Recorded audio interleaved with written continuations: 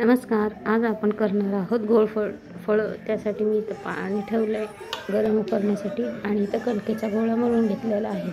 आता आपण याची चपाती लाटूया. आता नंतर आपण तिचे काप करूया. अशा प्रकारे काप करून घेऊ. नंतर आता आपण जे पाणी उकळायला ठेवलं होतं ते उकळलेलं आहे.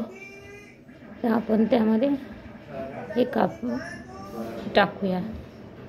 छान असे मी 4-5 चपात्या करून घेतल्या. अशा प्रकारे टाकलं. त्यानंतर आपण त्यामध्ये थोडंसं मीठ, 1 चमचा तूप टाकून घेऊ आणि छान असं शिजवून घेऊ. त्यानंतर आपण त्यामध्ये विलायची, बडीशेप आणि साखरेचं वाटून घेतलेलं आहे ते टाकूया आणि आपल्या आवडीनुसार गूळ. तर मी काही 1 वाटी टाकली मोठी गूळ, म्हणजे पावशेर आहे. आपल्या चवीनुसार आपण किती गोड खातो त्याप्रमाणे आपण कमी जास्त करू शकतात. आम्ही थोडंसं जास्त गोड खातो म्हणून मी पावशेरपेक्षा थोडा जास्तच आहे तो तेवढा टाकलेला आहे. छान असं शिजून घ्यायचं व्यवस्थित आणि त्यानंतर आपण त्यामध्ये तूप आणि दूध टाकून याचा आस्वाद घ्यायचा. तुम्हाला आवडलं असेल तुम्ही नक्की करून बघा आणि एक वेळा त्याचा आस्वाद घ्या. खूप छान लागतं.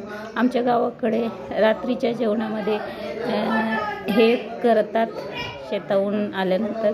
माझा व्हिडिओ पाहिल्यावर धन्यवाद.